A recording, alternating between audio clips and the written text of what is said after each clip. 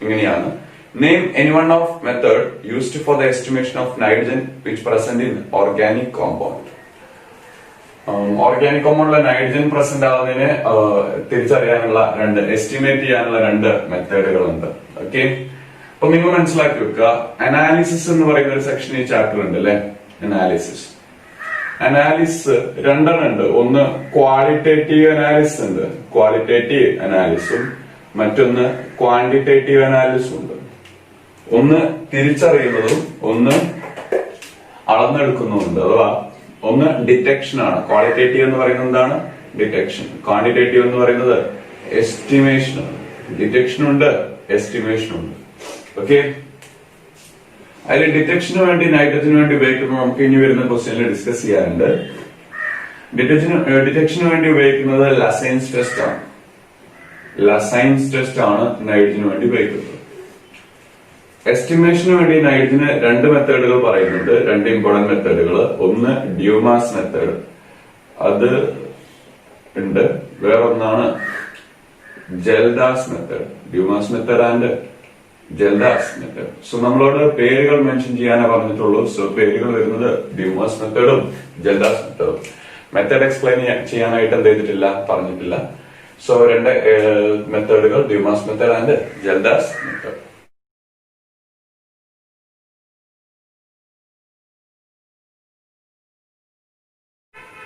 അടുത്തൊരു ക്വസ്റ്റ്യൻ ശ്രദ്ധിക്കുക. രണ്ടാമത്തെ ക്വസ്റ്റ്യൻ ഇങ്ങനെയാണ്. Write the IUPAC names of following compound. നമുക്ക് രണ്ട് കോമ്പൗണ്ട്സ് വന്നിട്ടുണ്ട്. ആ കോമ്പൗണ്ട്സിന്റെ IUPAC നെയിംസ് ആണ് എന്ത് ചെയ്യുന്നത്, ചോദിക്കുന്നത്. ഓക്കെ, നോക്കാം. രണ്ട് കോമ്പൗണ്ട്സ് ഞാൻ ബോർഡിൽ എഴുതിയിട്ടുണ്ട്. ഒന്നൊരു ഹൈഡ്രോ കാർബണും മറ്റൊന്നൊരു പോളിഫങ്ഷണൽ ആയിട്ടുള്ള മോളിക്യൂളാണ്. പോളിഫങ്ഷണൽ മോളിക്യൂൾ. നമുക്ക് ആദ്യത്തെ മോളിക്യൂളിനെ അനലൈസ് ചെയ്യാം. ഇതൊരു ഹൈഡ്രോ കാർബൺ ആണ്. ഇതില് പേര് കൊടുക്കണമെങ്കിൽ ആദ്യം ലോങ്സ്റ്റ് ചെയിൻ കൗണ്ട് ചെയ്യണം അല്ലെ. ലോങ്സ്റ്റ് ചെയിൻ കൗണ്ട് ചെയ്യണം. ലോങ്സ്റ്റ് ചെയിൻ കൗണ്ട് ചെയ്തതിന് മുമ്പ് എന്താണ് ഇത്? ഇതെന്താണ്? ഈ CH ഒരു CH3 ഉണ്ടെന്നുള്ള മീനിങ് ആണ്. സോ ഞാൻ അത് എടുത്തിട്ട് മുകളിലേക്ക് കാണിക്കുകയാണ്. ആ CH ഒരു CH3 ഉണ്ട്. സോ ഞാൻ ആ CH3 മുകളിലേക്ക് കാണിച്ചു. റെഡിയാണോ? ഇനി ശ്രദ്ധിക്കണേ. അപ്പൊ നമ്മൾ ലോങ്സ്റ്റ് ചെയിൻ കൗണ്ട് ചെയ്യണം. ലോങ്സ്റ്റ് ചെയിൻ നോക്കുമ്പോ 1 2 3 4 5 1 2 3 4 5 6. Say 1 2 3 4 5 6. Both are identical. ഇതും 6 കിട്ടുന്നുണ്ട്, ഇതും 6 കിട്ടുന്നുണ്ട്. നോക്കാം ഇതില്. അപ്പൊ നേരെയും വളഞ്ഞും 6 കിട്ടുന്നുണ്ട്. നമുക്ക് ലോങ്സ്റ്റ് ചെയിൻ ആയിട്ട് നേരെയുള്ള തന്നെ ചൂസ് ചെയ്യാം. ഇനി ഡയറക്ഷൻ എടുക്കണം. ഡയറക്ഷൻ ലോങ്സ്റ്റ് ചെയിൻ നേരെയുള്ളതെന്ന് മനസ്സിലായി. ഇനി ഏത് ഡയറക്ഷനാണ് പേര് പറയുന്നത് നോക്കണം. അതിന് ബ്രാഞ്ചുകളുടെ പൊസിഷൻ എടുത്ത് കമ്പയർ ചെയ്യണം അല്ലെ. ബ്രാഞ്ചുകളുടെ പൊസിഷൻ പറയാനായിട്ട് ഇവിടുന്ന് അങ്ങോട്ട് പോകുമ്പോ മൂന്നാമത്തെ കാർബണില് അല്ലെ ലോങ്സ്റ്റ് ചെയിൻ ഇതാണെങ്കിൽ ബ്രാഞ്ചസ് ആരാ? ലോങ്സ്റ്റ് ചെയിനിൽ പെടാത്ത കാർബൺസ് എല്ലാം ബ്രാഞ്ചസ് ആണ്. സോ ഇത് രണ്ടുമാണ് ബ്രാഞ്ചസ്. ഇവിടുന്ന് അങ്ങോട്ട് പോകുമ്പോ 3-ൽ ആരുണ്ട്? ഈതയിലുണ്ട്. 4-ൽ ആരുണ്ട്? മീതയിലുണ്ട്. 3-ൽ ഈതയിലും 4-ൽ മീതയിലും. ഇനി അവിടുന്ന് ഇങ്ങോട്ട് വരുന്ന സമയത്ത് 3-ൽ ആരുണ്ട്? 3-ൽ ആരുണ്ട്? മീതയിലുണ്ട്. 4-ൽ ആരുണ്ട്? ഈതയിലുണ്ട്. സോ ഏതാണ് നല്ലത്? 2, 3, 4 ആണ് അല്ലെ. രണ്ടും എങ്ങനെയാണ്? 3-ലും 4-ലുമാണ്. 3-ലും 4-ലുമാണ്. പക്ഷേ നിങ്ങൾക്കറിയാം ഈതയിലും കമ്പയർ ചെയ്യുന്ന സമയത്ത് ആൽഫബറ്റിക്കൽ പ്രിഫറൻസ് ആർക്കാണുള്ളത്? ഈതയിലാണ്. അപ്പൊ ഇവിടെ ഈ ഡയറക്ഷൻ ഞാൻ ചൂസ് ചെയ്താൽ ഏറ്റവും ചെറിയ നമ്പർ ഈതയിൽ കിട്ടും. കുറച്ചും കൂടെ ആൽഫബറ്റിക്കൽ പ്രിഫറൻസ് ഉള്ള ഈതയിൽ കിട്ടും. പക്ഷെ ഈ ഡയറക്ഷൻ ഞാൻ ചൂസ് ചെയ്യുന്ന സമയത്ത് ആ ചെറിയ നമ്പർ ഈതയിലായിരിക്കാം. അപ്പൊ ആർക്കാണ് ഏറ്റവും ബെറ്റർ? ഏറ്റവും ചെറിയ നമ്പർ ഏറ്റവും പ്രിഫറൻസ് ഉള്ള ഈതയിൽ കിട്ടുന്നതാണ് നല്ലത്. എപ്പോ മാത്രമേ ഇത് എടുക്കാവൂ? ലോക്കന്റ് ബ്രാഞ്ചുകളുടെ പൊസിഷൻ ഇവിടെയും 3-4 ആണ്, ഇവിടെയും 3-4 ആണ്. അപ്പൊ ബ്രാഞ്ചുകളുടെ പൊസിഷൻ രണ്ട് ഭാഗത്ത് നോക്കുന്ന സമയത്ത് ഒരുപോലെ വന്നാൽ മാത്രമേ നിങ്ങൾ ആൽഫബറ്റിക്കൽ പ്രിഫറൻസ് എടുക്കാവൂ. ഓക്കെ, അല്ലാണ്ട് എങ്ങനെ എടുക്കരുത്? ഇപ്പൊ ഞാൻ എന്താ വേറൊരു മോളിക്യൂൾ തരാം, ശ്രദ്ധിക്കുക. CH3 CH2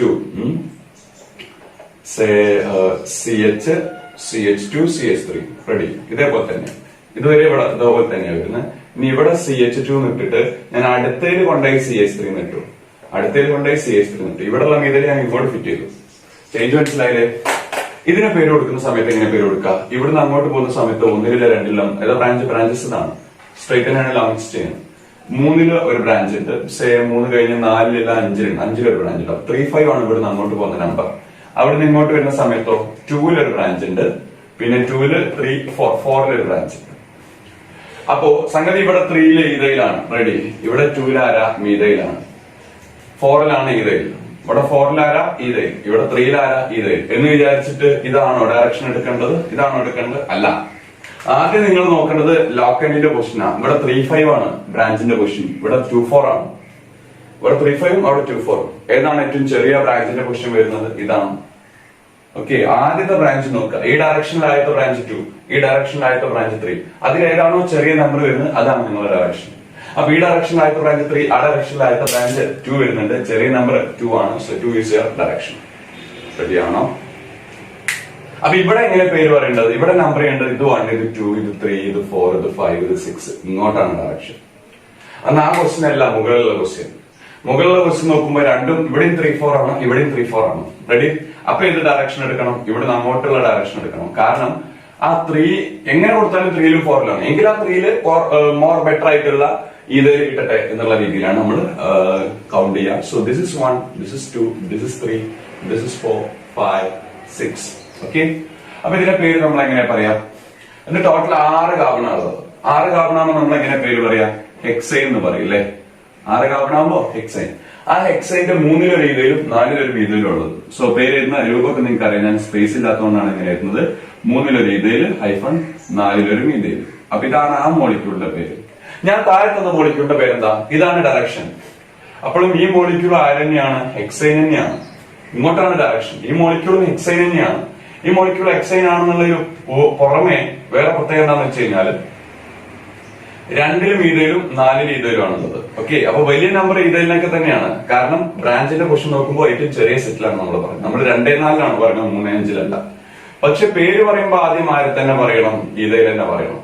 പേര് പറയുമ്പോൾ ആദ്യം ആര് പറയണം? അതിന് ചെറിയ നമ്പർ ആയാലും വലിയ നമ്പർ ആയാലും ഈതയിൽ തന്നെ പറയണം. സോ 4 ഈതയിൽ 3 ഈതയിൽ ഹെക്സൈൻ ആയിരിക്കും ഈ കാണിച്ച മോളിക്യൂളിന്റെ പേര്. ഓക്കെ, അപ്പൊ ആദ്യം നിങ്ങൾ നോക്കേണ്ടത് ലോങ്സ്റ്റ് ചെയിൻ കൗണ്ട് ചെയ്യാം. ലോങ്സ്റ്റ് ചെയിൻ കൗണ്ട് ചെയ്യാം. ലോങ്സ്റ്റ് ചെയിൻ കൗണ്ട് ചെയ്ത് കഴിഞ്ഞാൽ ആ ലോങ്സ്റ്റ് ചെയിനിൽ ഇല്ലാത്ത കാർബൺസ് എല്ലാം ബ്രാഞ്ചുകളാണ്. അത് ജസ്റ്റ് ഒന്ന് റൗണ്ട് ചെയ്യാം. എന്നിട്ട് നിങ്ങൾ 2 ഭാഗത്തും ആ ബ്രാഞ്ചുകളുടെ പൊസിഷൻ നോക്കുക. അതിൽ ഏറ്റവും ചെറിയ നമ്പർ ഏതാണെന്ന് നോക്കുക. ആ നമ്പറിൽ അങ്ങ് പറയാം. പറയുമ്പോൾ ആൽഫബറ്റിക്കൽ ഓർഡറിൽ പറയാം. ഇനി അതിലെ നമ്പറുകൾ സെയിം ആണെങ്കിലോ അതിൽ ഏറ്റവും ആൽഫബറ്റിക്കൽ പ്രിഫറൻസ് ഉള്ള ആള് ഏറ്റവും ചെറുത് കിട്ടുന്ന രീതിയിൽ നിങ്ങൾ എന്ത് ചെയ്യാം? പറയാം. ഇത്രയുള്ള ഐഡിയ.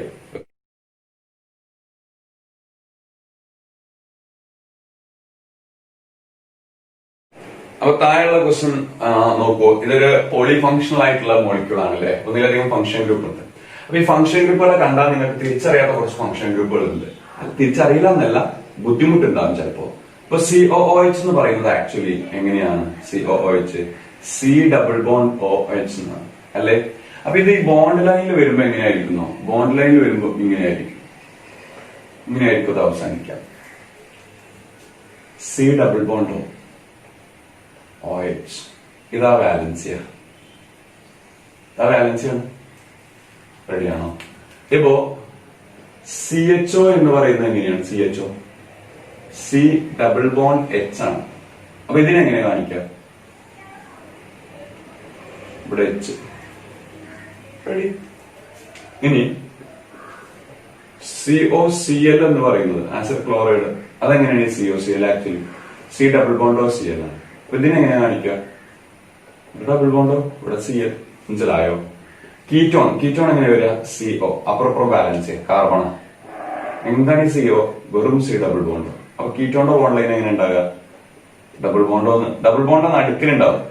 ഇതൊന്നും കാർബൺ അല്ല കേട്ടോ, ഇതൊക്കെ വാലൻസിയാ. ഇവിടെ ആൾക്കാര് വരാനുള്ളതാ. ഇവിടെ ആരെങ്കിലൊക്കെ ഉണ്ടോ? ഈ വാലൻസിയാണിത്, ഈ വാലൻസിയാണ്. റെഡിയാണോ? ഇങ്ങനെയാണ് ആളുകളുള്ളത്. CONH2 അമൈഡ് പറയുകയാണെങ്കിൽ CONH2. CONH2 അപ്പൊ എങ്ങനെ വരുന്നത്? C double bond ONH2. Okay, അതിന്റെ ബോണ്ട് ലൈൻ എങ്ങനെ വരിക? C double bond ONH2. അപ്പൊ കണ്ടാൽ മനസ്സിലാവണം. അന്ന് ഈ ഒരു ഐഡിയ വെച്ചിട്ട് നിങ്ങൾ ഇതിലേക്ക് നോക്കിയേ. ഇതാരാ? C double bond OH. ആസിഡാണ്. ഉണ്ട്. ഇതാരാ? ഒരു വെറും ഡബിൾ ബോണ്ടോ, നടുക്കിലൊരു ഡബിൾ ബോണ്ടോ. അപ്പൊ ഇതാരാ? കീറ്റോൺ ആണ്. അപ്പൊ 2 ഫംഗ്ഷൻ ഗ്രൂപ്പ് വന്നു കഴിഞ്ഞാൽ അവരുടെ പ്രിഫറൻസ് ഓർഡർ അറിയണം. എന്താ അറിയേണ്ടത്? Preference order. പ്രിഫറൻസ് ഓർഡർ ഏറ്റവും ടോപ്പ് പ്രിഫറൻസ് ഉള്ളത് കാർബോക്സിലിക് ആസിഡ് COH ആണ്. അത് കഴിഞ്ഞ് സൾഫോണിക് ആസിഡ് ആണ്. ഓക്കെ, ഞാൻ എല്ലാ ഓർഡറും കൂടെ പറയുന്നില്ല. അത് കഴിഞ്ഞ് നമുക്ക് ഏത് പറയാം, എസ്റ്റർ പറയാം. ഓക്കെ, അത് കഴിഞ്ഞ് നമുക്ക് ആസിഡ് ക്ലോറൈഡ് പറയാം. അത് കഴിഞ്ഞ് അമൈഡ് പറയാം. പറയുമ്പോ എല്ലാം വന്നു കേട്ടോ. സയനൈഡ്, ഐസോസയനൈഡ്, ആൽഡിഹൈഡ്, അത് കഴിഞ്ഞ് കീറ്റോൺ, അത് കഴിഞ്ഞ് ആൽക്കോള്, അത് കഴിഞ്ഞ് NH2. അത് കഴിഞ്ഞിട്ടാണ് ഡബിൾ ബോണ്ട്, ഡബിൾ ബോണ്ട് കഴിഞ്ഞിട്ടാണ് ട്രിപ്പിൾ ബോണ്ട്. ഇതാണ് പ്രിഫറൻസിന്റെ ഓർഡർ. അപ്പോ നമുക്കൊരു മോളിക്യൂൾ കിട്ടിയാൽ ഇതിലൊരു നിങ്ങൾ നോക്കുക, ആ മോളിക്യൂൾ ഏതൊക്കെ ഫംഗ്ഷൻ ഗ്രൂപ്പ് നോക്കുക. കാർബോക്സിലിക് ആസിഡ് ഉണ്ട്, കീറ്റോൺ ഉണ്ട്. ആർക്കാ മോർ പ്രിഫറൻസ്? കാർബോക്സിലിക് ആസിഡ് ആണ് മോർ പ്രിഫറൻസ്. എവിടെ കീറ്റോൺ? കീറ്റോൺ അവിടെ പോയി, കീറ്റോൺ ഇവിടെയാണ്.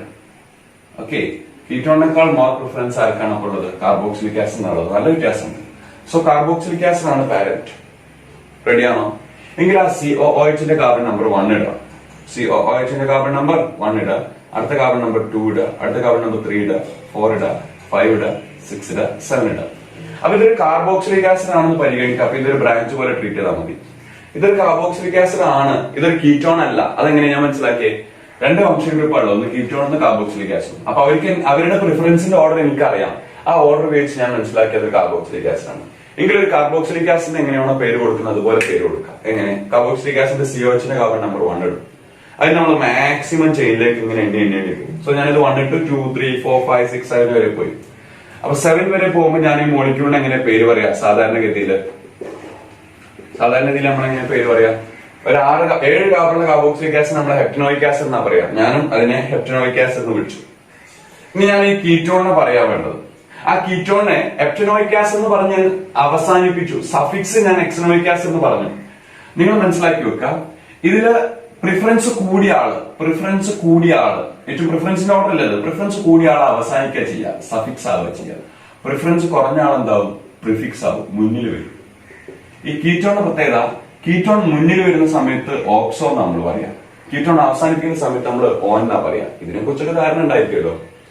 സോ കീറ്റോണിനെ ഈ 5 ആ കീറ്റോ ഗ്രൂപ്പ് ഉണ്ട്, അതിന് എനിക്ക് ഫ്രണ്ടിൽ പറയണം. കാരണം ഞാൻ സഫിക്സ് ആയിട്ട് ആസിഡിനെ അവസാനിപ്പിച്ചിട്ടുണ്ട്. അപ്പൊ 5 കീറ്റോ ഗ്രൂപ്പിനെ ഫ്രണ്ടിൽ പറയുന്ന സമയത്ത് ഫ്രണ്ടില് 5 എന്ന് പറയുന്നത് 5 ആ കീറ്റോ ഗ്രൂപ്പ് എന്ന് പറയുമ്പോൾ 5 ഓൻ ഉണ്ട് എന്നല്ല പറയാ. പ്രിഫിക്സ് ആവുന്ന സമയത്ത് ഓക്സോ എന്ന് പറയാ. സഫിക്സ് ആവുമ്പോഴാണ് അത് എന്തെന്നാവുന്നത്? സഫിക്സ് ആവുന്ന സമയത്താണ് അതിന് നമ്മള് ഓൻ എന്നുള്ള രീതിയിൽ പറയുന്നത്. പ്രിഫിക്സ് ആകുമ്പോൾ ഓക്സോ അല്ലെങ്കിൽ കീറ്റോ എന്ന് പറയാൻ പറ്റും.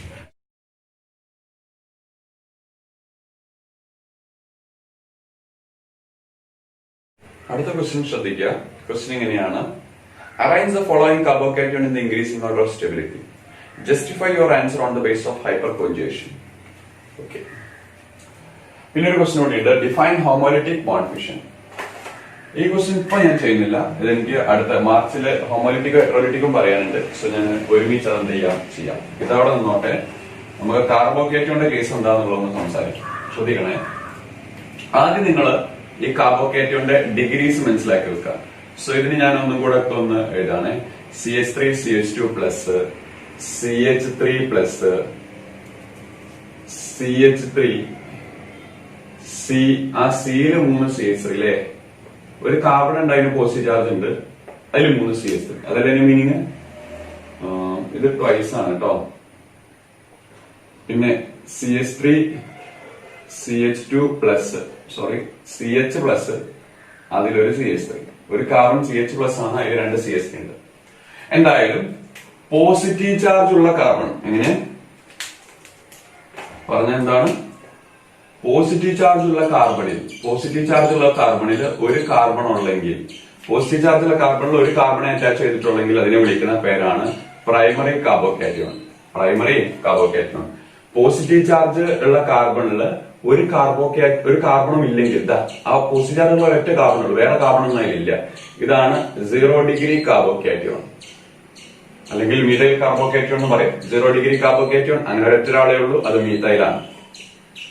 ഇനി പോസിറ്റീവ് ചാർജ് ഉള്ള കാർബണില് 1 ഒരു കാർബൺ, 2 കാർബൺ, 3 കാർബൺ, അങ്ങനെ കാർബണുകളൊക്കെ ചെയ്തിട്ടുണ്ടെങ്കിൽ അതിനെ വിളിക്കുന്ന പേരാണ് ടെർഷറി കാർബോകാറ്റയോൺ. എന്താ വിളിക്കാം? Tertiary carbocation. പോസിറ്റീവ് ചാർജ് ഉള്ള കാർബണില് 1, 2 ആളുകളാണുള്ളെങ്കിൽ അതിനെ വിളിക്കുന്ന പേരാണ് സെക്കൻഡറി കാർബോകാറ്റയോൺ. അപ്പൊ ഞാൻ ഈ കാർബോക്കേറ്റോൺസിന് ആദ്യം മുതൽ ഡിഗ്രി വൈസ് എന്ത് ചെയ്തു, ക്ലാസിഫൈ ചെയ്തു. ഇനി ഹൈപ്പർ കോൺജുഗേഷൻ എന്ന് പറയുന്ന ഇഫക്ട് എങ്ങനെയാണ് കാർബോക്കേറ്റോണിന്റെ സ്റ്റെബിലിറ്റിയെ ഡിപെൻഡ് ചെയ്യുന്നുള്ളതാണ്. ഞാൻ ഹൈപ്പർ കോൺജുഗേഷൻ എന്താന്ന് പറയുന്നില്ല. Number of hyperconjugative structure കൂടിയാൽ സ്റ്റെബിലിറ്റി ഓഫ് കാർബോക്കേറ്റോൺ കൂടും. ഒരു കാർബോക്കേറ്റോണിന്റെ ഹൈപ്പർ കോൺജുഗേറ്റീവ് സ്ട്രക്ചറിന്റെ എണ്ണം കൂടിക്കഴിഞ്ഞാൽ, ഹൈപ്പർ കോൺജുഗേഷൻ കാണിക്കുന്ന സ്ട്രക്ചറിന്റെ എണ്ണം കൂടിക്കഴിഞ്ഞാൽ സ്റ്റെബിലിറ്റി എന്താവും, കൂടും. Okay, so number of hyperconjugative structure of a carbocation increases, its stability also increases എന്നാണ്. അപ്പൊ എങ്ങനെയാണ് ഹൈപ്പർ കോൺജുഗേറ്റീവ് സ്ട്രക്ചർ കാണാം? കാർബോക്കേറ്റോണിന്റെ തൊട്ടടുത്ത് number of CH bond, number of CH bond near to C plus. ഒരു positive charge ഉള്ള കാർബണിന് തൊട്ടടുത്ത് എത്ര CH ബോണ്ടുകൾ ഉണ്ടോ അത്രയും ഹൈപ്പർ കോൺജുഗേറ്റീവ് സ്ട്രക്ചറുകൾ അവിടെ ഉണ്ടാവും എന്നാണ് പറയുന്നത്. അപ്പൊ നമ്മൾ പ്രൈമറി കാർബോക്കേറ്റോൺ നോക്കുകയാണെങ്കിൽ പ്രൈമറി കാർബോക്കേറ്റോൺ നോക്കുന്ന സമയത്ത് പ്രൈമറി കാർബോക്കേറ്റോൺ തൊട്ടടുത്ത് ആരാളുള്ളത്? ഒരു CH3 ഉണ്ട്. അതിൽ എത്ര CH ബോണ്ട് ഉണ്ട്? ഇതല്ലേ പോസിറ്റീവ് ചാർജ് ആയിട്ടുള്ള കാർബോക്കേറ്റോൺ. പോസിറ്റീവ് ചാർജ് ആയിട്ടുള്ള കാർബണിന്റെ തൊട്ടടുത്ത് എത്ര CH ബോണ്ട് ഉണ്ടോ അത്രയും ഹൈപ്പർ കോൺജുഗേറ്റീവ് സ്ട്രക്ചർ അവിടെ ഉണ്ടാവും. എങ്കിൽ അത്രത്തോളം സ്റ്റേബിൾ ആയിരിക്കും മോളിക്യൂൾ. അപ്പൊ ഇതാണ് പോസിറ്റീവ് ചാർജ് ആയിട്ടുള്ള കാർബൺ. അതിന്റെ തൊട്ടടുത്ത് CH3 ആയിരുന്നു. CH3 എന്ന് പറഞ്ഞു കഴിഞ്ഞാൽ അതിൽ 3 ഹൈഡ്രജൻ ഉണ്ട്. 1 2 3. സോ ഇവിടെ 3 ഹൈപ്പർ കോൺജുഗേറ്റീവ് സ്ട്രക്ചർ നമുക്ക് കാണാൻ പറ്റും. ഇത് നോക്കൂ, CH3 എന്ന് പറയുന്ന ആള് ഇത് പോസിറ്റീവ് ചാർജ് ആയിട്ടുള്ള ഒരൊറ്റ കാർബണേ ഉള്ളൂ. അതിന് തൊട്ടടുത്ത് വേറെ കാർബൺ ഒന്നുമില്ല. അതുകൊണ്ട് ഇതിന് ഹൈപ്പർ കോൺജുഗേഷൻ ഇല്ല. പോസിറ്റീവ് ചാർജ് ആയിട്ടുള്ള കാർബണിന്റെ തൊട്ടടുത്ത് വേറെ കാർബൺ വേണം. ആ കാർബണിൽ CH ബോണ്ടുകൾ ഉണ്ടെങ്കിൽ ഹൈപ്പർ കോൺജുഗേറ്റീവ് സ്ട്രക്ചർ ഉണ്ടാവും. നമ്മളിപ്പോ ഡിഫൈൻ ചെയ്ത 3rd ഡിഗ്രി കാർബോക്കേറ്റോൺ ഇല്ലേ, ഏതാ? ടെർഷറി കാർബോക്കേറ്റോൺ. അവിടുത്തെ അവസ്ഥ നോക്കൂ, പോസിറ്റീവ് ചാർജ് ആയിട്ടുള്ള കാർബൺ അതിന്റെ തൊട്ടടുത്ത് ഒരു CH3 ഉണ്ട്. അതിന് 3 ഉണ്ട്, 3 ഹൈഡ്രജൻ ഉണ്ട്. ആ CH3 ഞാൻ വരച്ച് കാണിക്കണല്ലോ. തൊട്ടടുത്ത് ഇപ്പുറത്ത് ഒരു CH3 ഉണ്ട്. ഈ CH3 ഇങ്ങനെ ഉണ്ടാകും, ഇങ്ങനെയല്ലേ ഉണ്ടാകുക. സോ ഇതിലും 3 ഉണ്ട്. ഇവിടെ ഒരു CH3 ഉണ്ട്, അതിലും 3 ഉണ്ട്. സോ പോസിറ്റീവ് ചാർജ് ആയിട്ടുള്ള കാർബണിന് ചുറ്റും 3 CH3കൾ ഉണ്ട്. 3 CH3 എന്ന് പറഞ്ഞാൽ ഇവിടെ 3 CH ബോണ്ട്, ഇവിടെ 3 CH ബോണ്ട്. ഇതാ കാണുന്നില്ലേ, ഇവിടെ 3 CH ബോണ്ട്. അങ്ങനെ ടോട്ടല് 9 CH ബോണ്ടുകൾ അതിന് ചുറ്റുണ്ടാവും. എങ്കിൽ 9 ഹൈപ്പർ കോൺജുഗേറ്റീവ് സ്ട്രക്ചർ അവിടെ ഉണ്ടായിരിക്കും. 9 ഹൈപ്പർ കോൺജുഗേറ്റീവ് സ്ട്രക്ചർ അവിടെ ഉണ്ടായിരിക്കും. ഇനി സെക്കൻഡറി കാർബോക്കേറ്റോൺ അല്ലെ. സോ പോസിറ്റീവ് ചാർജ് ആയിട്ടുള്ള കാർബൺ അത് ഒഴിവാക്കുക. അതിന് തൊട്ടടുത്തുള്ള കാർബൺ എത്ര CH ബോണ്ട് എന്ന് നോക്കുക. അതിന് തൊട്ടടുത്ത് 2 CH ഉണ്ട്. അപ്പൊ ഇതിലും 3 CH ബോണ്ട്, ഇതിലും 3 CH ബോണ്ട്. സോ ആകെ 6 ഹൈപ്പർ കോൺജുഗേറ്റീവ് സ്ട്രക്ചർ. അപ്പൊ ഏറ്റവും ഹൈപ്പർ കോൺജുഗേറ്റീവ് സ്ട്രക്ചർ ഉള്ള ആള്, ഹൈപ്പർ കോൺജുഗേറ്റീവ് സ്ട്രക്ചർ എണ്ണം കൂടി കഴിഞ്ഞാൽ ആ കാർബോക്കേറ്റോണിന്റെ സ്റ്റെബിലിറ്റി കൂടും. അപ്പൊ ഏറ്റവും ഹൈപ്പർ കോൺജുഗേറ്റീവ് സ്ട്രക്ചർ ഉള്ളത് ആരാണ്? ഇയാളാണ്. സോ ഇയാളാണ് മോർ സ്റ്റേബിൾ. ഏത്? Tertiary carbocation. So tertiary carbocation is more stable. അത് കഴിഞ്ഞ ഹൈപ്പർ കോൺജുഗേറ്റീവ് സ്ട്രക്ചർ ആണ് secondary carbocation. Then secondary carbocation more stable. അത് കഴിഞ്ഞ് ഹൈപ്പർ കോൺജുഗേറ്റീവ് സ്ട്രക്ചർ വരുന്നത് പ്രൈമറി കാർബോക്കേറ്റോൺ 3 അല്ലെ. So primary carbocation more stable. Okay, അത് കഴിഞ്ഞ് ഹൈപ്പർ കോൺജുഗേറ്റീവ് സ്ട്രക്ചർ തീരെ ഇല്ലാത്ത മിഥൈൽ കാർബോക്കേറ്റോൺ. സോ ഇതാണ് order of stability. And the explanation based on hyperconjugative structure is from here to here. ഇവിടെ നിന്നും അവിടേക്ക് നമ്മൾ മൂവ് ചെയ്യുന്നതിനനുസരിച്ച്, ഇവിടെ നിന്ന് നമ്മൾ അതിലേക്ക് മൂവ് ചെയ്യുകയാണെങ്കിൽ number of hyperconjugative structure എന്താവും? കുറയും അല്ലെ. എന്താ സംഭവിക്കുന്നത്? ലെഫ്റ്റ് നിന്ന് റൈറ്റിലേക്ക് പോകുന്നതിനനുസരിച്ച് നമ്പർ ഓഫ് CH ബോണ്ട് കുറയുന്നു. CH ബോണ്ടിന്റെ എണ്ണം കുറയുന്നു. CH ബോണ്ടിന്റെ എണ്ണം കുറഞ്ഞു കഴിഞ്ഞാൽ number of hyperconjugative structure കുറയുന്നു. Number of hyperconjugative structure കുറഞ്ഞു കഴിഞ്ഞാൽ സ്റ്റെബിലിറ്റി ഓഫ് കാർബോക്കേറ്റോൺ എന്താവും? കുറയും. Stability of carbocation also decreases. ഇതാണ് നിങ്ങൾ എഴുതി കൊടുക്കേണ്ട എക്സ്പ്ലനേഷൻ. ഓക്കെ, കാർബോക്കേറ്റോണിന്റെ സ്റ്റെബിലിറ്റി ഇൻഡക്റ്റീവ് ഇഫക്റ്റും വെച്ച് പറയാവുന്നതാണ്. പക്ഷെ നമ്മളോട് ഈ ക്വസ്റ്റ്യൻ ചോദിച്ചിട്ടില്ല.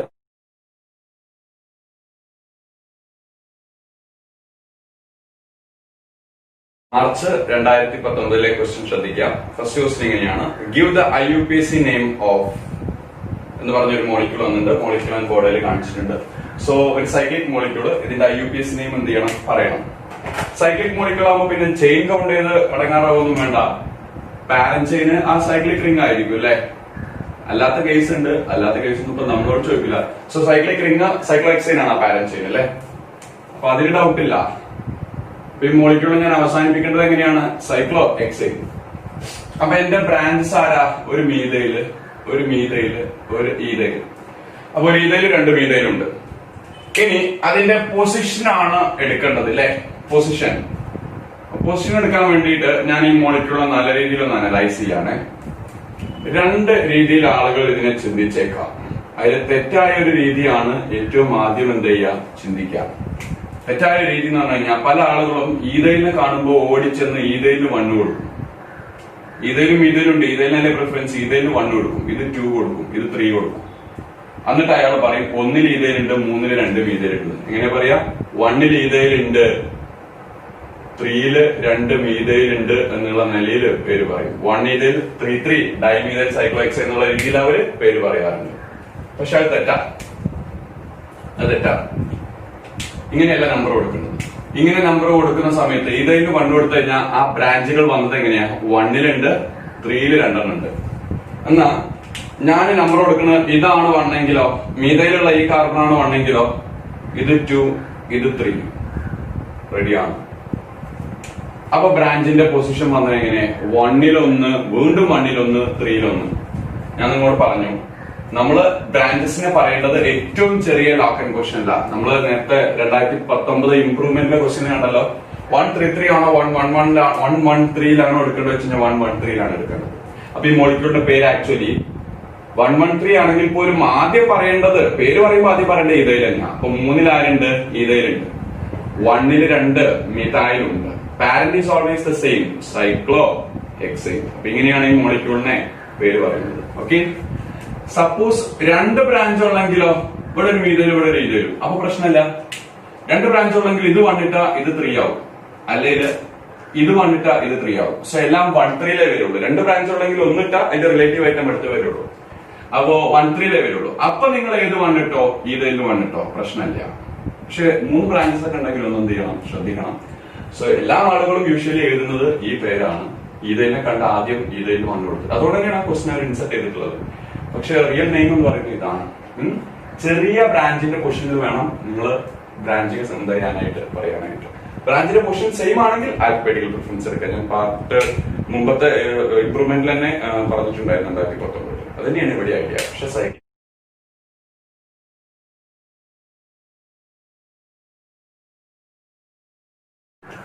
നെക്സ്റ്റ് ക്വസ്റ്റ്യൻ ശ്രദ്ധിക്കാം.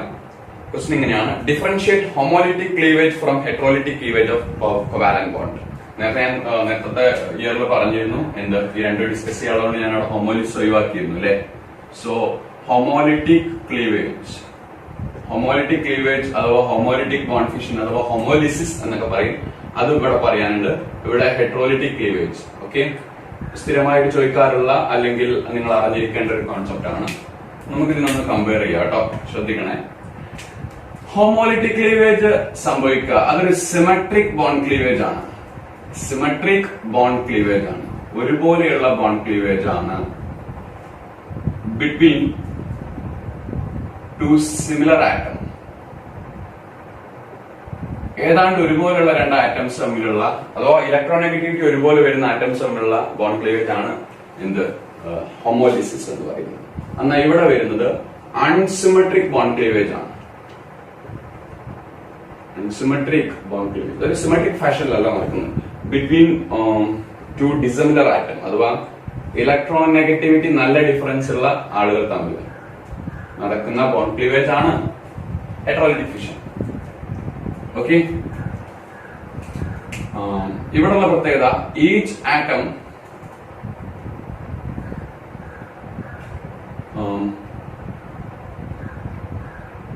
withdraws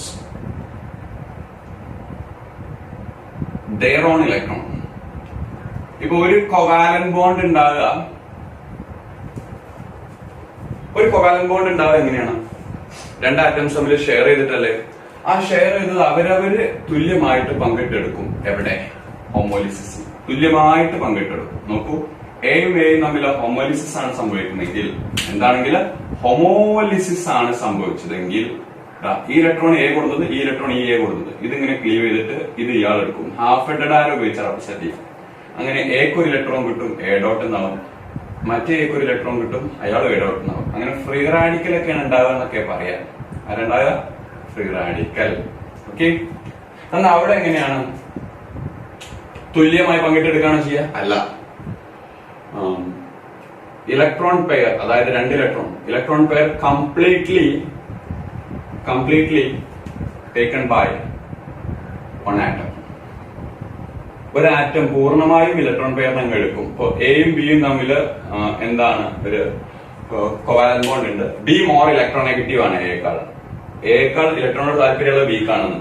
be more electron negative ആണ് എയേക്കാൾ. ഇത് ഹെട്രോലിസിസ് ആണ് സംഭവിച്ചതെങ്കിൽ ഇത് ഫുള്ളായിട്ട് എടുക്കും. ഫുൾ ഹെഡഡ് ആരോ ആണ്, അതുപോലെ ഹാഫ് ഹെഡഡ് അല്ല. ഫുള്ളായിട്ട് എ അങ്ങ് എടുത്ത് ബി അങ്ങ് എടുത്തിട്ട് എക്ക് ഇലക്ട്രോൺ ഇല്ലാത്ത എ പ്ലസ് ആവും, ബിക്ക് electron pair means negative charge, അത് കിട്ടി ബി മൈനസ് ആവും. അങ്ങനെ ഇലക്ട്രോഫൈലുകളും ന്യൂക്ലിയോഫൈലുകളും ഉണ്ടാവുമെന്നൊക്കെ വേണമെങ്കിൽ എന്ത് ചെയ്യാം പറയാം. And this is a well comparison between homolytic and heterolytic cleavage. ഇത്രയൊക്കെ മതി, ധാരാളം.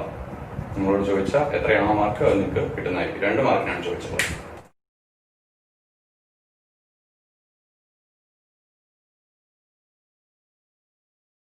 നെക്സ്റ്റ് ക്വസ്റ്റ്യൻ എങ്ങനെയാണ്? Briefly explain the different types of structural isomerism shown by organic compound with suitable example. So organic compound കാണിക്കുന്ന വ്യത്യസ്ത type structural isomers അല്ലെ, different types of എന്താണ് ചോദിക്കുന്നത്? Structural isomers. സ്ട്രക്ചറലാണ്, stereo വേറെ ഉണ്ട്, സ്ട്രക്ചറലാണ് ചോദിക്കുന്നത്. സോ സ്ട്രക്ചറൽ ഐസോമേഴ്സ് 4 ഉണ്ട്. ബ്രീഫ് ആയിട്ടാണ് എക്സ്പ്ലെയിൻ ചെയ്യാൻ പറഞ്ഞിട്ടുള്ളത്. ഒരു 4 മാർക്കിനാണ് ചോദിച്ചത്. അപ്പൊ ഓരോന്നും നിങ്ങൾ എഴുതുമ്പോൾ നിങ്ങൾക്ക് ഓരോ മാർക്കാണ് കിട്ടുക. അപ്പൊ നിങ്ങൾ സ്ട്രക്ചറൽ ഐസോമേഴ്സും ഒരുപാട് ഡീറ്റെയിൽഡ് ആയിട്ടൊന്നും പഠിക്കണ്ട. അതായത് എക്സാമിനേഷൻ പോയിന്റ് ഓഫ് വ്യൂ അങ്ങനെയൊന്നും പഠിക്കണ്ട. ഇപ്പൊ ഞാൻ ഈ പറയുന്ന ഇത്രയും ഭാഗങ്ങൾ പഠിക്കാം. അതിൽ ഒന്നാമത്തെ ഐസോമേഴ്സിന്റെ പേരാണ് ചെയിൻ ഐസോമേഴ്സ്. എന്താ പേര്?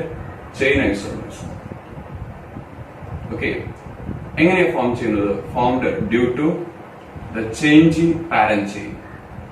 വളരെ ബ്രീഫായിട്ട് പറയുകയാണെങ്കിൽ പാരന്റ് ചെയിൻ ചേഞ്ച് ചെയ്യുമ്പോൾ രൂപപ്പെടുന്നതാണ് എന്ത്? Chain isomers. Parent chain change ചെയ്യണം.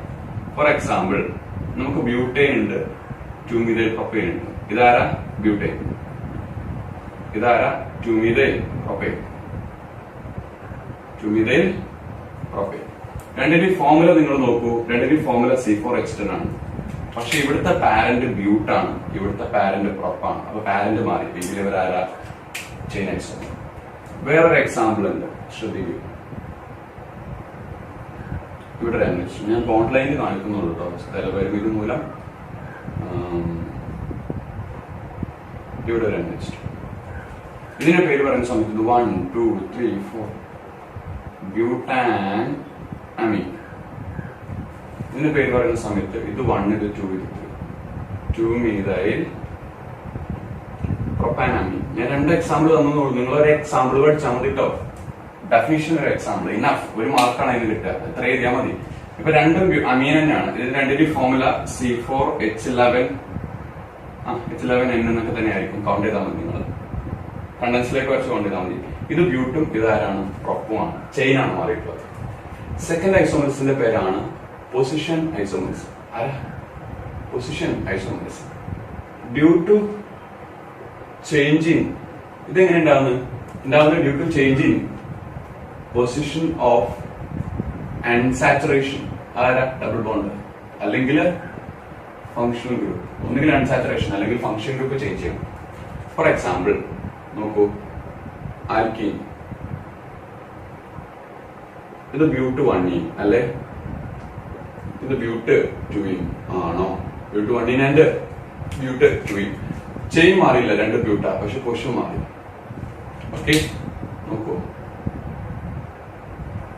ഇത് 1, 2, 3 2-chloropropane. 2-chloropropane. ഹാലോൽക്കേൻ 2-chloropropane. ഇത് 1, 2, 3 1-chloropropane. അപ്പൊ ഇവിടെയും പ്രൊപ്പ് എന്നുള്ള ചെയിൻ മാറിയിട്ടില്ല, പക്ഷെ പൊസിഷൻ മാറി. ക്ലോറിൻ. സോ പൊസിഷൻ ഐസോമേഴ്സ് ആണ്. ഓക്കെ, ഞാൻ എറൈസ് ചെയ്തിട്ട് 2 കൂടി കാണിക്കാം. ഇത്രയൊക്കെ എഴുതിയാൽ മതി. ഒരു എക്സാമ്പിൾ കാണിച്ചാൽ മതി. ഞാൻ നിങ്ങൾക്ക് ഒരു സപ്പോർട്ടിന് വേണ്ടി 2 എക്സാമ്പിൾ തന്നു. ഒരു എക്സാമ്പിളിന്റെ ആവശ്യമേ ഉള്ളൂ. അടുത്തതാണ് ഫങ്ഷണൽ ഗ്രൂപ്പ് ഐസോമേഴ്സ്. നമ്മൾ എക്സാമിന്റെ ഏറ്റവും അടുത്ത് ചേരുന്നതുകൊണ്ട് നമുക്ക് അത്രയ്ക്ക് ധാരാളം വളരെ ബ്രീഫായിട്ട് കാര്യങ്ങൾ സംസാരിക്കുന്നത്. Function group isomers due to changing functional group. Functional group തന്നെ ചേഞ്ച് ചെയ്യും. ഫോർ എക്സാമ്പിൾ, ഇപ്പൊ 2 കാർബണുള്ള ആൽക്കോളും ഈതറും കാണിക്കട്ടോ. ഇപ്പൊ 2 കാർബണുള്ള ഒരു ആൽക്കോൾ ഞാൻ എഴുതും. പേരെന്താ? എത്തനോൾ. അപ്പൊ ഇവിടുത്തെ ഫംഗ്ഷൻ ഗ്രൂപ്പ് OH ആണ് അല്ലെ? ആൽക്കോൾ എന്ന് പറയുന്ന ROH ആണ്. ഫംഗ്ഷൻ ഗ്രൂപ്പ് ആരാ? ഹൈഡ്രോക്സിൽ ഗ്രൂപ്പ് ആണ്. എന്തായാലും ഈ CH2 എടുത്ത് ഞാൻ ആ OH ന്റെ എച്ചിലേക്ക് ഇട്ടു. അപ്പൊ ഇതിന്റെ ഐസോമർ ആരാ? ഈ CH2 എടുത്ത് OH വെച്ചിലേക്ക് കിട്ടും. അപ്പൊ എന്താ? CH3. അപ്പൊ ഇവിടുന്ന് CH2 പോയ ബാക്കി O, ആ Hലേക്ക് CH2 വന്നു കഴിഞ്ഞാൽ CH3. മോളിക്യൂൾ ഒരു ഈതറായി മാറി, മെത്തോക്സി മീഥൈൻ. Methoxy methane. അപ്പൊ ഫംഗ്ഷൻ ഗ്രൂപ്പ് തന്നെ മാറിയിട്ടുണ്ട്. ഇതിപ്പോ OR ആണ്, ROOR ടൈപ്പ് ആണ്. ROOH എന്നുള്ളത് ROOR ആയി. അപ്പൊ ഹൈഡ്രോക്സിൽ എന്നുള്ള ഫംഗ്ഷൻ ഗ്രൂപ്പ് ആൽക്കോക്സിൻ ആയി മാറി. എങ്കിലും ഇത് ഫംഗ്ഷൻ ഗ്രൂപ്പ് ഐസോമർസുമാണ്. അതുപോലെ ഇപ്പൊ നമുക്ക് RCOH ഉണ്ട്, ആരാ? ആൽഡിഹൈഡ്. ഇതും RCOR, അതാരാ? കീറ്റോൺ. ഇവരും ഫംഗ്ഷണൽ ഐസോമർസ് കാണിക്കും. നോക്കൂ, അപ്പൊ CH3 CH2 C double bond OH, 3 carbon aldehyde ആണ്. പേര് പ്രൊപ്പനൽ. ഇവിടുത്തെ ഫംഗ്ഷൻ ഗ്രൂപ്പ് ഫോർമൈൽ ആണ്. ഫോർമൈൽ. ഈ CH2 നേരത്തെ ചെയ്ത പോലെ Hന്റെ അടുത്തേക്ക് തട്ടി വെക്കും. എന്താ സംഭവിക്കാം? CH3 C ഡബിൾ ബോണ്ടോ എന്നുള്ള രണ്ടാമതാവും. H ഉം CH2 കൂടെ, ഈ CH2 H കൂടെ കൂടി CH3 എന്നാവും. സോ പേര് കീറ്റോൺ ആയി മാറും, പ്രൊപ്പനോൺ ആയി മാറും. പ്രൊപ്പനോൺ. അപ്പൊ ഫംഗ്ഷൻ ഗ്രൂപ്പ് തന്നെ മാറിയിട്ടുണ്ട് അല്ലെ?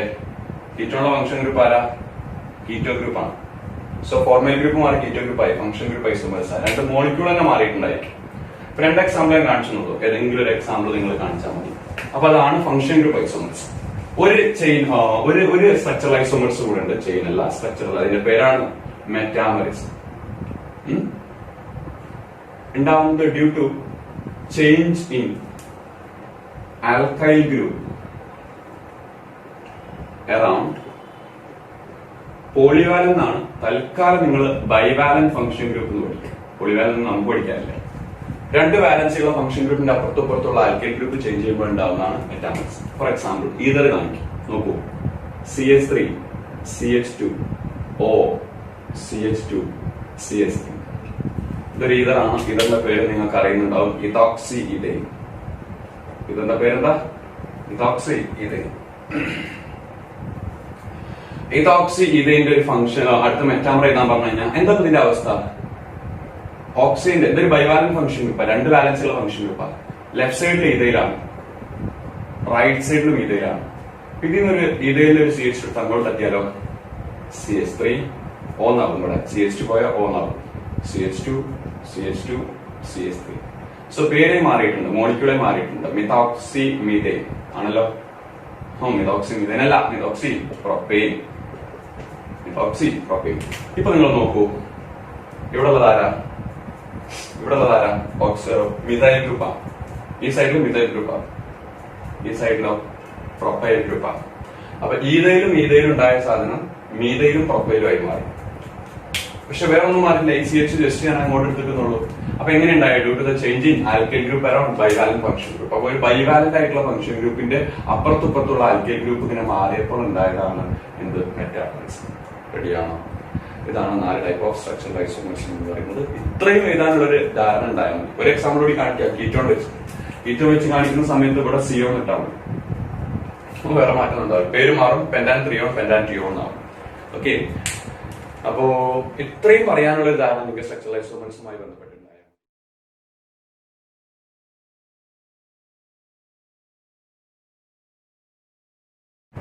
നമ്മുടെ part 2 some basic principles of organic chemistry ആണ് നമ്മൾ ഇനി പറയേണ്ടത്. അതിൽ ഇംപ്രൂവ്മെന്റ് 2018 മാർച്ച് 2018 ക്വസ്റ്റ്യൻസ് ആണ് ഇനി ഡിസ്കസ് ചെയ്യേണ്ടത്. ഫസ്റ്റ് ക്വസ്റ്റ്യൻ ഞാൻ വായിക്കാം. ഇംപ്രൂവ്മെന്റിലെ ഫസ്റ്റ് ക്വസ്റ്റ്യൻ ഇങ്ങനെയാണ്: what is metamerism? Write the metamers of C4H10O. C4H10O. എന്താണ് മെറ്റാമറിസം? C4H10Oയുടെ മെറ്റാമറുകൾ എഴുതാനായിട്ട് ഞാൻ പാർട്ട് 1 ഐസോമറിസം കംപ്ലീറ്റ്ലി പറഞ്ഞിരുന്നു. അവിടെ ഞാൻ മെറ്റാമറിസം ഡിഫൈൻ ചെയ്തിട്ടുണ്ട്. മെറ്റാമറിസം എന്ന് പറയുന്നത് type of structural isomerism which arises. എങ്ങനെ ഉണ്ടാവുന്നു എന്ന് ചോദിച്ചു കഴിഞ്ഞാൽ വിച്ച് അറൈസസ് രൂപപ്പെടുന്നത് ഡ്യൂ ടു ദ ചേഞ്ച്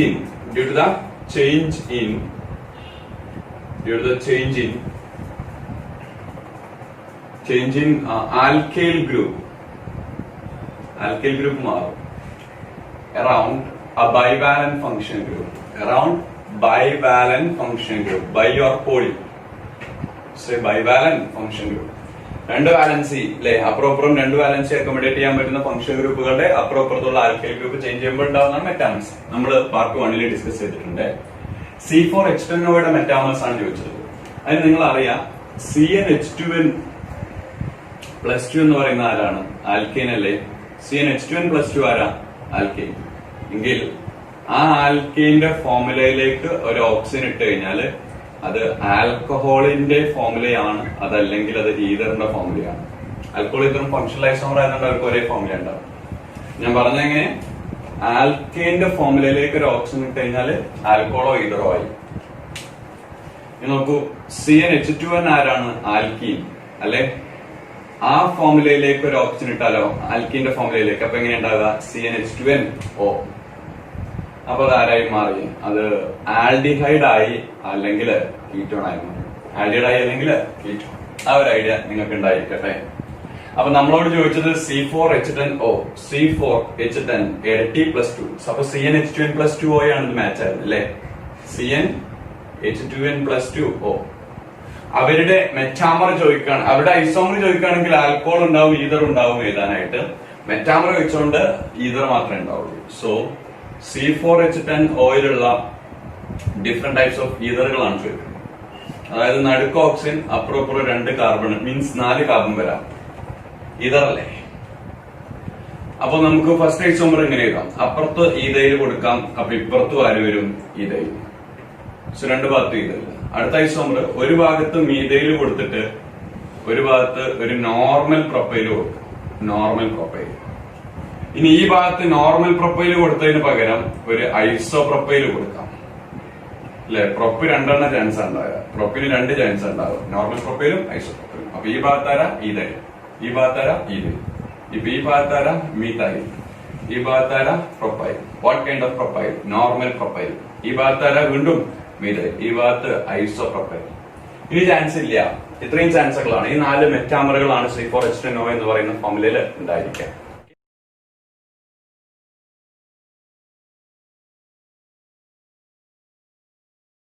അടുത്ത ക്വസ്റ്റ്യൻ വരുന്നത്, what is sodium fusion extract? How the presence of nitrogen, sulfur and halogen in the organic compound detected? So sodium fusion extract എന്താണെന്നാണ് ചോദിക്കുന്നത്. Sodium fusion extract. ഈ sodium fusion എക്സ്ട്രാക്ടിന് വേറൊരു പേര് പറയും. ആ പേരാണ് ലസൈൻസ് റിയേജന്റ്. ലസൈൻസ് റിയേജന്റ്. ഓക്കെ, ഇതുണ്ടാക്കുന്നത് നമ്മളൊരു ചെറിയൊരു ഫ്യൂഷൻ ട്യൂബില് സെവരിക്കാൻ പറ്റുന്ന ഒരു ട്യൂബില് നമ്മൾ ഒരു പീസ് ഓഫ് സോഡിയം ഇടും. അതിന് നമ്മൾ എന്ത് ചെയ്യും? ഹീറ്റ് ചെയ്യും. ഹീറ്റ് ചെയ്ത് മെൽറ്റ് ആകും വരെ ഹീറ്റ് ചെയ്യും. എന്നിട്ടപ്പോ മെൽറ്റായ സോഡിയത്തിലേക്ക് നമ്മൾ ഓർഗാനിക് കോമ്പൗണ്ട് ചേർക്കും. ആ ഓർഗാനിക് കോമ്പൗണ്ടിൽ ഏതോ എലിമെന്റ് ഉണ്ട്, നൈട്രജനോ ഹാലജനോ ഫോസ്ഫറസോ സൾഫറോ, അങ്ങനെ ഏതോ എലിമെന്റ് ഉണ്ട്. അതാരാണെന്നാണ് നമുക്ക് തിരിച്ചറിയുന്നത്. അങ്ങനെ അത് ചേർത്തിട്ട് നമ്മൾ അതിനെ ഒന്നുകൂടെ എന്ത് ചെയ്യും? ഹീറ്റ് ചെയ്യും. റെഡ് ഹീറ്റ് ആകും വരെ ഹീറ്റ് ചെയ്യും. എന്നിട്ട് ആ റെഡ് ഹീറ്റ് ആകും വരെ ഹീറ്റ് ചെയ്ത സാധനത്തിന് നമ്മൾ ഒരു വെള്ളത്തിൽ കൊണ്ടുപോയി മുക്കി വെക്കും, വാട്ടറിൽ പ്ലങ് ചെയ്ത് വെക്കും. ഓക്കെ, അപ്പം പൊട്ടിയിട്ട് അതിന്റെ ഒരു സൊല്യൂഷൻ അവിടെ ഫോം ചെയ്യും. ആ സൊല്യൂഷന് നമ്മൾ ഒന്നും കൂടെ ചൂടാക്കിയിട്ട് ഫിൽട്ടർ ചെയ്തിട്ട് കൂൾ ചെയ്ത് കഴിഞ്ഞാൽ നമുക്ക് കിട്ടുന്നതാണ് ലസൈൻസ് റിയേജന്റ്. ഈ ലസൈൻസ് റിയേജന്റ് യൂസ് ചെയ്തിട്ട് ഞാൻ ഈ ലസൈൻസ് റിയേജന്റിനെ അല്ലെങ്കിൽ സോഡിയം ഫ്യൂഷൻ എക്സ്ട്രാക്ടിനെ ഞാൻ എല്ലാവർന്ന് കൊടുക്കുകയാണ്. ഈ ലസൈൻസ് റിയേജന്റ് യൂസ് ചെയ്തിട്ട് എന്ത് ഉണ്ടാക്കാന്ന് ചോദിച്ചു കഴിഞ്ഞാൽ ആരെ തിരിച്ചറിയാൻ പറ്റും? എന്തുണ്ടാക്കാനല്ല, തിരിച്ചറിയാനായിട്ട് നമുക്ക് പല ആളുകളെയും പറ്റും. അതിൽ നൈട്രജനും സൾഫർ ഹാലജൻ പ്രധാനപ്പെട്ട 3 ആളുകളെ ചോദിച്ചിട്ടുണ്ട്. പിന്നെ കൂടാണ്ട് പിന്നെ ഫോസ്ഫറസ് ഒക്കെയാണ് ഉള്ളത്. നൈട്രജൻ സൾഫർ ഹാലജനെ കുറിച്ച് ചോദിച്ചിട്ടുണ്ട്. ഞാൻ അത് ചോദിച്ചേക്കാം. 1-2 തവണ റിപ്പീറ്റ് ആയി ചോദിച്ചിട്ടുണ്ട്. ഈ ഇയറിൽ ഒന്ന് ചോദിച്ചിട്ടുണ്ട്. ഇനി ഈ ബാക്കിലേക്കുള്ളത് നിങ്ങൾ നോക്കുകയാണെങ്കിൽ അവിടെ കാണാൻ പറ്റും. ഞാൻ ലസൈൻസ് റിയേജന്റിനെ എല്ലാവരും കൊടുത്തു. അപ്പൊ നമ്മൾ ഈ ലസൈൻസ് റിയേജന്റിന്റെ രൂപം എന്താണെന്ന് വെച്ച് കഴിഞ്ഞാൽ സോഡിയവും നമ്മുടെ ഓർഗാനിക് കോമ്പൗണ്ടിലെ എലിമെന്റും കൂടിച്ചേർന്ന രീതിയിലായിരിക്കും. ഇപ്പൊ ഓർഗാനിക് കോമ്പൗണ്ടിലെ നൈട്രജൻ ആണെങ്കിൽ, അല്ലെങ്കിൽ നൈട്രജന് വേണ്ടിയുള്ള ടെസ്റ്റ് ഞാൻ പറയാം. നൈട്രജന് വേണ്ടിയിട്ടുള്ള ടെസ്റ്റ്, ഓർഗാനിക് കോമ്പൗണ്ടിൽ നൈട്രജൻ ആണുള്ളതെങ്കിൽ ആ ലസൈൻസ് റിയേജന്റിന്റെ രൂപം എങ്ങനെയായിരിക്കും നിങ്ങൾ മനസ്സിലാക്കി വെക്കുക. സോഡിയം സയനൈഡ് ആയിരിക്കും. ലസൈൻസ് റിയേജന്റ് എന്തായിരിക്കും? Sodium cyanide. ഓർഗാനിക് കോമ്പൗണ്ടിൽ നൈട്രജൻ ആണുള്ളതെങ്കിൽ ആ ലസൈൻസ് റിയേജന്റ് സോഡിയം സയനൈഡ് ആയിരിക്കും. നിങ്ങൾ ഇനി എന്ത് ചെയ്യണം? ആ ലസൈൻസ് റിയേജന്റ് സൊല്യൂഷനെ എടുക്കുക. ആ സൊല്യൂഷനെ നിങ്ങളൊന്ന് ബോയിൽ ചെയ്യാം. സൊല്യൂഷൻ എന്ത് ചെയ്യാം? ബോയിൽ ചെയ്യാം. എന്നിട്ട് അതിലേക്ക് എന്ത് ചേർക്കുക? FeSO4 ചേർക്കുക, ഫെറസ് സൾഫേറ്റ് ചേർക്കുക. റെഡി? വളരെ ബ്രീഫായിട്ട് എഴുതിയാൽ മതി. വലിച്ചു നീട്ടി കഥ എഴുതണ്ട. ഒരു 3-4 മാർക്കിനൊക്കെ ആയിരിക്കും ചോദിക്കുന്നുണ്ടാവുക. കാരണം ഇനിയും 2 ആളുകളെയും കൂടെ പറയാനുണ്ട്. ഫെറസ് സൾഫേറ്റ് ചേർക്കുക. എന്നിട്ട് അതിന്റെ ഡ്രോപ്പ് വൈസ് ആയിട്ട് കോൺസെൻട്രേറ്റഡ് സൾഫ്യൂരിക് ആസിഡും ചേർക്കുക. ഇത്രയും നിങ്ങൾ ചേർക്കുന്ന സമയത്ത് നിങ്ങൾക്കൊരു പ്രഷ്യൻ ബ്ലൂ കളർ നൈട്രജൻ ആണെങ്കിൽ പ്രഷ്യൻ ബ്ലൂ കളർ ആയിട്ടുള്ള ഒരു ബ്ലൂ കളർ ആയിട്ടുള്ള ഫെറിക് ഫെറോസൈനൈഡ് കിട്ടും. ഫെറിക് ഫെറോസൈനൈഡ് അത് കോമൺ നെയിം ആണ്.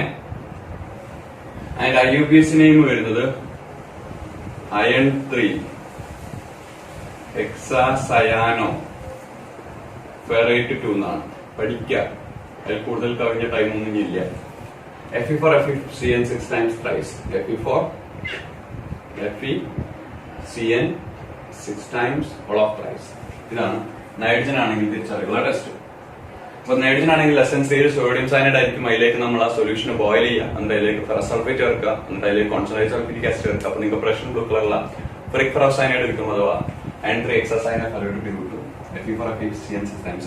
ഇങ്ങനെയാണ് നൈട്രജൻ തിരിച്ചറിയുക. അടുത്ത മെത്തേഡ് ഫോർ സൾഫർ. സൾഫർ ആണെങ്കിൽ ലസൈൻസ് റേഞ്ചിന്റെ രൂപം സോഡിയം സൾഫൈഡ് ആയിരിക്കും. Na2S sodium sulphide. ഇതിന് രണ്ട് രീതിയിൽ തിരിച്ചറിയാം. രണ്ടും ഞാനൊന്ന് പറയാം. രണ്ട് രീതിയിൽ തിരിച്ചറിയാം സൾഫർ ആണ്. ഒന്ന്, നിങ്ങൾ ഇതിനെന്ത് ചെയ്യാം, ആസിഡിഫൈ ചെയ്യുക. ഒരു മെത്തേഡ് അതിനെ ആസിഡിഫൈ ചെയ്യുക. എന്തുപയോഗിച്ചിട്ട്? CH3COH യൂസ് ചെയ്യും. അതാരാ? Acetic acid. എന്നിട്ട് അതിലേക്ക് എന്ത് ആഡ് ചെയ്യാം? ലെഡ് അസറ്റേറ്റ് ആഡ് ചെയ്യാം. ലെഡ് അസറ്റേറ്റ് ആഡ് ചെയ്യാം. എന്താണ് ഈ ലെഡ് അസറ്റേറ്റ്? PbCH3COO twice. ഇത്രയും നിങ്ങൾ ചേർക്കുന്ന സമയത്ത് നിങ്ങൾക്ക് ബ്ലാക്ക് കളറിലുള്ള ലെഡ് സൾഫൈഡിന്റെ പ്രസിപ്പിറ്റേറ്റ് ഫോം ചെയ്യുകയാണെങ്കിൽ, ലെഡ് സൾഫൈഡിന്റെ ബ്ലാക്ക് പ്രസിപ്പിറ്റേറ്റ് ഫോം ചെയ്യുകയാണെങ്കിൽ അവിടെ സൾഫർ ഉണ്ടെന്ന് തിരിച്ചറിയാൻ പറ്റും. വേറൊരു മെത്തേഡ്, അതിലേക്ക് നിങ്ങൾ കളേർഡ് അല്ലാത്ത സോഡിയം നൈട്രോപ്രൊസൈഡ് ചേർക്കാം. എന്താ ചെയ്യാം? സോഡിയം നൈട്രോപ്രൊസൈഡ് ആഡ് ചെയ്യാം. അങ്ങനെ പഠിക്കുക കേട്ടോ. സോഡിയം നൈട്രോപ്രൊസൈഡ് ആഡ് ചെയ്യാം. ഫോർമുല വരുന്നത് Na2 FeCN 5 times N. ഇത് ചേർക്കുന്ന സമയത്ത് നിങ്ങൾക്ക് ബ്ലൂ കളറിലുള്ള ബ്ലൂ കളറിലുള്ള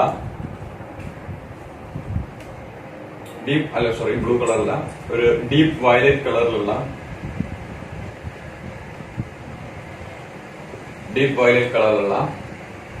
എന്ത് ഫോം ചെയ്യും? സോഡിയം തയോനൈട്രോപ്രസൈഡ് ഫോം ചെയ്യും. സോഡിയം തയോനൈട്രോപ്രസൈഡ് ഫോം ചെയ്യും. ഫോർമുല വരിക Na4 Fe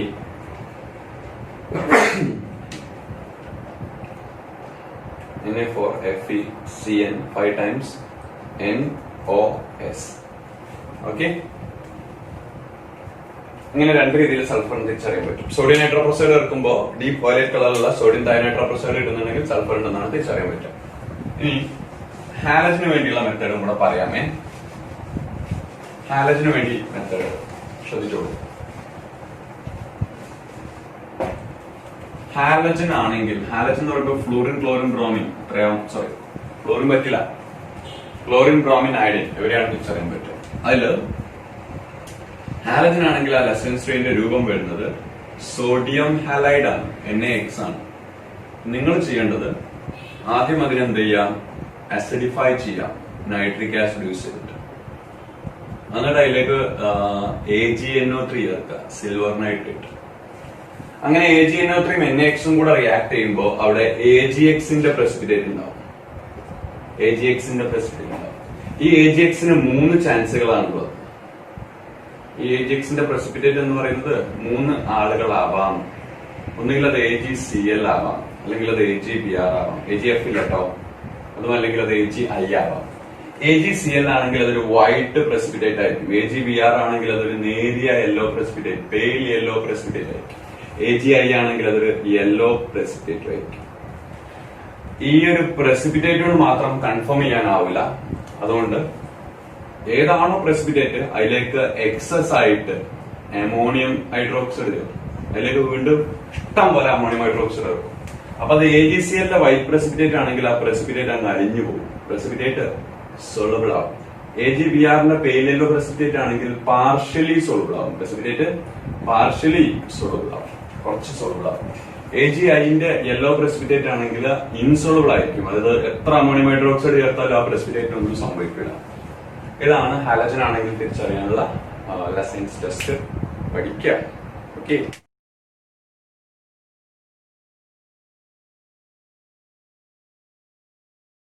മാർച്ച് 2018 2 ക്വസ്റ്റ്യൻസ് ആണ് ചോദിച്ചിട്ടുള്ളത്. അതിലെ first question, give the IUPAC names of following. ഈ മോളിക്യൂൾ നമ്മൾ പാർട്ട് 1 കണ്ടിട്ടുള്ളതാണ് അല്ലേ? ഞാൻ ഇതിന്റെ വ്യക്തമായ കേസുകളും സംസാരിച്ചിട്ടുണ്ട്. So no more other explanation. This is 1, this is 2, this is 3. എന്നാലേ 113 പറയാൻ പറ്റുള്ളൂ. ഓക്കെ. പേര് മുമ്പേ പറഞ്ഞിട്ടുള്ളതാണ്. 3-ethyl 1,1 dimethyl 3-ethyl 1,1 dimethyl cyclohexane. അത് ഞാൻ മുമ്പ് അതിന്റെ കേസ് എല്ലാം പറഞ്ഞിട്ടുണ്ട്. അടുത്ത മോളിക്യൂൾ നോക്കൂ. അടുത്ത മോളിക്യൂൾ വരുന്നത് ഒരു ഹാലോആൽക്കീൻ. 2 ഹാലജൻസ് ഉണ്ട്, ക്ലോറിനും ബ്രോമിനും. ക്ലോറിനും ബ്രോമിനും ഒരേ പ്രിഫറൻസ് ആണ്.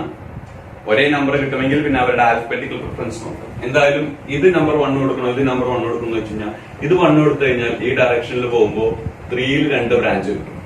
ഇത് 1 കൊടുത്തു കഴിഞ്ഞാൽ 2, 3, 4, 5-ലാണ് 2 ബ്രാഞ്ച് കിട്ടും. So better to choose this direction. Ready? So this is 1, 2, 3, 4, 5, 6 and this is 7. അപ്പൊ ഇതൊരു ഹെപ്റ്റൈൻ ആണ് അല്ലേ? 7 കാർബണുള്ള ഹെപ്റ്റൈൻ. അതിന്റെ 3-ലൊരു ക്ലോറിനും ഉണ്ട്, 3-ലൊരു ബ്രോമിനും ഉണ്ട്. ആദ്യം പറയേണ്ടത് മോർ ആൽഫബറ്റിക്കൽ പ്രിഫറൻസ് ഉള്ള ബ്രോമിൻ. So 3 bromo. അത് കഴിഞ്ഞ് പറയേണ്ടത് chlorine. So 3 bromo 3 chloro heptyne. Okay. കാര്യമായ ബുദ്ധിമുട്ടുകളൊന്നും ഇല്ലാത്ത മോളിക്യൂൾ അല്ലേ? മാർച്ച് 2018 രണ്ടാമത്തെ ക്വസ്റ്റ്യൻ വരുന്നത്, briefly explain the principles of following techniques taking an example in each case. A വരുന്നത് ക്രിസ്റ്റലൈസേഷൻ, ബി വരുന്നത് സിമ്പിൾ ഡിസ്റ്റിലേഷൻ, സി വരുന്നത് distillation under reduced pressure, D വരുന്നത് പേപ്പർ ക്രൊമറ്റോഗ്രഫി. സോ ക്രിസ്റ്റലൈസേഷൻ ആണ് നമ്മൾ discuss ചെയ്യുന്നത്. വളരെ സിമ്പിളായിട്ട് നമുക്ക് അതിൻ്റെ എക്സാമ്പിൾ പറയുകയാണെങ്കിൽ, നമുക്കിപ്പോൾ ഒരു സോൾവെൻ്റ് ഉണ്ട്. ആ സോൾവെൻറ്റിൽ നമുക്ക് 2 പേരെ, ഒരു മിക്സർ ഉണ്ട്. ആ മിക്സറിൽ 2 പേരൊക്കെ ഉണ്ടായിരിക്കുമല്ലോ. ആ മിക്സറിലെ ഒരാൾ നല്ല രീതിയിൽ ഈ സോൾവെൻറ്റിൽ എന്താവും? ഡിസോൾവ് ആവും മറ്റേയാളേക്കാൾ. ഓക്കെ. ഇനി ആ ഡിസോൾവ് ആവുമെന്ന് പറഞ്ഞ ആളുടെ സോലബിലിറ്റി ടെമ്പറേച്ചർ കൂട്ടിയാൽ കൂടും ചെയ്യും. Okay. So compound which partially soluble in room temperature and the if temperature increases the solubility increases and nearly to form A saturated solution എന്നുള്ളതാണ് പ്രിൻസിപ്പിൾ. ഇത് ക്രിസ്റ്റലൈസേഷൻ. അപ്പോൾ നമ്മൾ ഫോർ എക്സാമ്പിൾ NCERT എടുത്തുള്ള ഒരു എക്സാമ്പിളാണ് ethanol എന്ന് പറയുന്ന സോൾവെൻറ്റിൽ ഷുഗറും സാൾട്ടും ഡിസോൾവ് ചെയ്യുന്നൊരു കേസ്. ഷുഗറും സാൾട്ടും എടുത്ത് നമ്മൾ എത്തനോളിൽ ചേർക്കുന്ന സമയത്ത് ഷുഗർ നല്ല രീതിയിൽ എത്തനോളിൽ ഡിസോൾവ് ആവും സാൾട്ടിനേക്കാൾ. അപ്പോൾ നമ്മൾ ഇത് ഷുഗർ ചേർത്തു, ആ സൊല്യൂഷന് ചൂടാക്കുമ്പോൾ മാക്സിമം ഷുഗർ എന്താവും? ഡിസോൾവ് ആവും. അങ്ങനെ ഷുഗറിൻ്റെ ഒരു സാച്ചുറേറ്റഡ് സൊല്യൂഷൻ അവിടെ ഫോം ചെയ്യും. സോ അങ്ങനെ ഒരു ഷുഗറിൻ്റെ ഒരു സാച്ചുറേറ്റഡ് സൊല്യൂഷൻ ഫോം ചെയ്തിട്ടുണ്ട്. സാൾട്ടും അതിൽ ഡിസോൾവ്ഡ് ആണ്. കുറച്ച് നേരം തണുപ്പിക്കാൻ വെക്കുന്ന സമയത്ത് അവിടെ മാക്സിമം ഡിസോൾവ് ആയ ഷുഗറിൻ്റെ ക്രിസ്റ്റൽസ് എന്ത് ചെയ്യുന്നുണ്ടാവും? രൂപപ്പെടുന്നുണ്ടായിരിക്കും. എന്നിട്ട് നമ്മൾ ആ മോത്തർ ലിക്കറിനെ, ആ സൊല്യൂഷൻ എന്ത് ചെയ്യുക? ഫിൽട്ടർ പേപ്പറിലൂടെ കടത്തിവിടുക. സോ ഫിൽട്രേറ്റ് ആയിട്ട് നമുക്ക് എന്തിനെ കിട്ടുന്നതായിരിക്കും? ക്രിസ്റ്റൽസ് കിട്ടുന്നതായിരിക്കും. ഓക്കെ. സോ നമ്മുടെ സെക്കൻഡ് വരുന്നത് സിമ്പിൾ ഡിസ്റ്റിലേഷനാണ്. സിമ്പിൾ ഡിസ്റ്റിലേഷൻ എന്ന് പറയുന്നത് നല്ല ബോയിലിംഗ് പോയിന്റ് ഡിഫറൻസ് ഉള്ള ആളുകളെ സെപ്പറേറ്റ് ചെയ്യാൻ വേണ്ടിയിട്ട്, അതായത് ഇപ്പോൾ നമുക്ക് സെപ്പറേറ്റ് ചെയ്യാനായിട്ട് എന്തുണ്ട്? 100 ഡിഗ്രി സെൽഷ്യസിനേക്കാളും ബോയിലിംഗ് പോയിന്റ് ഡിഫറൻസ് വരുന്ന ആളെ സെപ്പറേറ്റ് ചെയ്യണം. ഇപ്പോൾ ക്ലോറോഫോം, വാട്ടർ, ഈ മിക്സ്ചറിനെ സെപ്പറേറ്റ് ചെയ്യണം. ഓക്കെ. അങ്ങനെയൊക്കെയാണ് നമ്മൾ. അല്ലെങ്കിൽ ഒരാൾ ഇവാപ്പറേറ്റ് ചെയ്യും, ഒരാൾ ഇവാപ്പറേറ്റ് ചെയ്യില്ല. ഒരാൾ വോളറ്റൈലാണ്, മറ്റൊരാൾ വോളറ്റൈലല്ല. അങ്ങനത്തെ കേസിലൊക്കെയാണ് നമ്മൾ സിമ്പിൾ ഡിസ്റ്റിലേഷൻ യൂസ് ചെയ്യാം. നമ്മൾ കാണുന്ന റൗണ്ട് ബോട്ടം ഫ്ലാസ്കിൽ നമ്മൾ ആ മിക്സ്ചർ നമ്മൾ എടുക്കും. എന്നിട്ട് നമ്മൾ അതിനെന്ത് ചെയ്യും? ചൂടാക്കും. ഒരു ബൺസൺ ബർണർ യൂസ് ചെയ്തിട്ട് അതിനെ ചൂടാക്കും. മുകളിൽ തെർമോമീറ്റർ ഉണ്ട്. അപ്പോൾ എത്രത്തോളം ചൂടാവുന്നുണ്ടെന്ന് നമുക്ക് അതിന് തിരിച്ചറിയാൻ പറ്റും. അങ്ങനെ ചൂടാക്കുമ്പോൾ ബോയിലിംഗ് പോയിന്റ് കുറഞ്ഞ ആൾ ആദ്യം എന്ത് ചെയ്യും? വേപ്പറൈസ് ചെയ്യും. വേപ്പറൈസ് ചെയ്ത ആളെ നമ്മൾ തിരിച്ചവിടെ ഒരു കണ്ടൻസർ കാണുന്നില്ലേ? കണ്ടൻസർ വഴി എന്ത് ചെയ്യും? കണ്ടൻസ് ചെയ്ത് അടുത്തൊരു ഡിസ്റ്റിലേറ്റിംഗ് ഫ്ലാസ്കിലേക്ക് സെപ്പറേറ്റ് ചെയ്യുന്നതായിരിക്കും. ഡിസ്റ്റിലേഷൻ അണ്ടർ റെഡ്യൂസ്ഡ് പ്രഷറാണ് നമുക്കിനി പറയാനുള്ളത്. നമ്മൾ സിമ്പിൾ ഡിസ്റ്റിലേഷൻ പറഞ്ഞല്ലോ, ഏകദേശം അതേ അപ്പാരറ്റസ് തന്നെയാണ്. നമുക്ക് ആർക്ക് വേണ്ടിയിട്ടാണ് ഡിസ്റ്റിലേഷൻ അണ്ടർ റെഡ്യൂസ്ഡ് പ്രഷർ നടത്തുന്നത് വെച്ച് കഴിഞ്ഞാൽ, നമുക്കിപ്പോൾ ഒരു കമ്പോണൻ്റ് ഉണ്ട്. അയാളുടെ ബോയിലിംഗ് പോയിന്റിലോ അല്ലെങ്കിൽ അതിൻ്റെ തൊട്ട് മുമ്പെയൊക്കെ ആയിട്ട്, ഇപ്പം ഒരു പർട്ടിക്കുലർ 100 ഡിഗ്രിയാണ് അതിൻ്റെ ബോയിലിംഗ് പോയിന്റെങ്കിൽ അയാൾ 100 ഡിഗ്രിയിലോ അല്ലെങ്കിൽ ഒരു 80 ഡിഗ്രിയിലൊക്കെ ആയിട്ട് അയാൾ ഡീകമ്പോസ് ചെയ്യാണ്, 2 മുറിയാണ്. അപ്പം നമുക്ക് ഈ മെത്തേഡ് ഡിസ്റ്റിലേഷൻ വഴി സെപ്പറേറ്റ് ചെയ്യാൻ ബുദ്ധിമുട്ടായിരിക്കും. പക്ഷെ നമുക്കറിയാം ബോയിലിംഗ് പോയിന്റ് എന്ന് പറയുന്നത് ആ ലിക്വിഡിൻ്റെ വേപ്പർ പ്രഷർ ഉയർന്ന അറ്റ്മോസ്ഫിയറിക് പ്രഷറിന് ഈക്വലാവുന്ന ടെമ്പറേച്ചറാണ്. അപ്പോൾ നമ്മൾ അറ്റ്മോസ്ഫിയറിക് പ്രഷർ കുറച്ചാലോ പെട്ടെന്ന് അതിൻ്റെ വേപ്പർ പ്രഷർ ഉയർന്ന അറ്റ്മോസ്ഫിയറിക് പ്രഷറിന് ഈക്വലാവും. അഥവാ അയാൾ പെട്ടെന്ന് ബോയിൽ ചെയ്യും.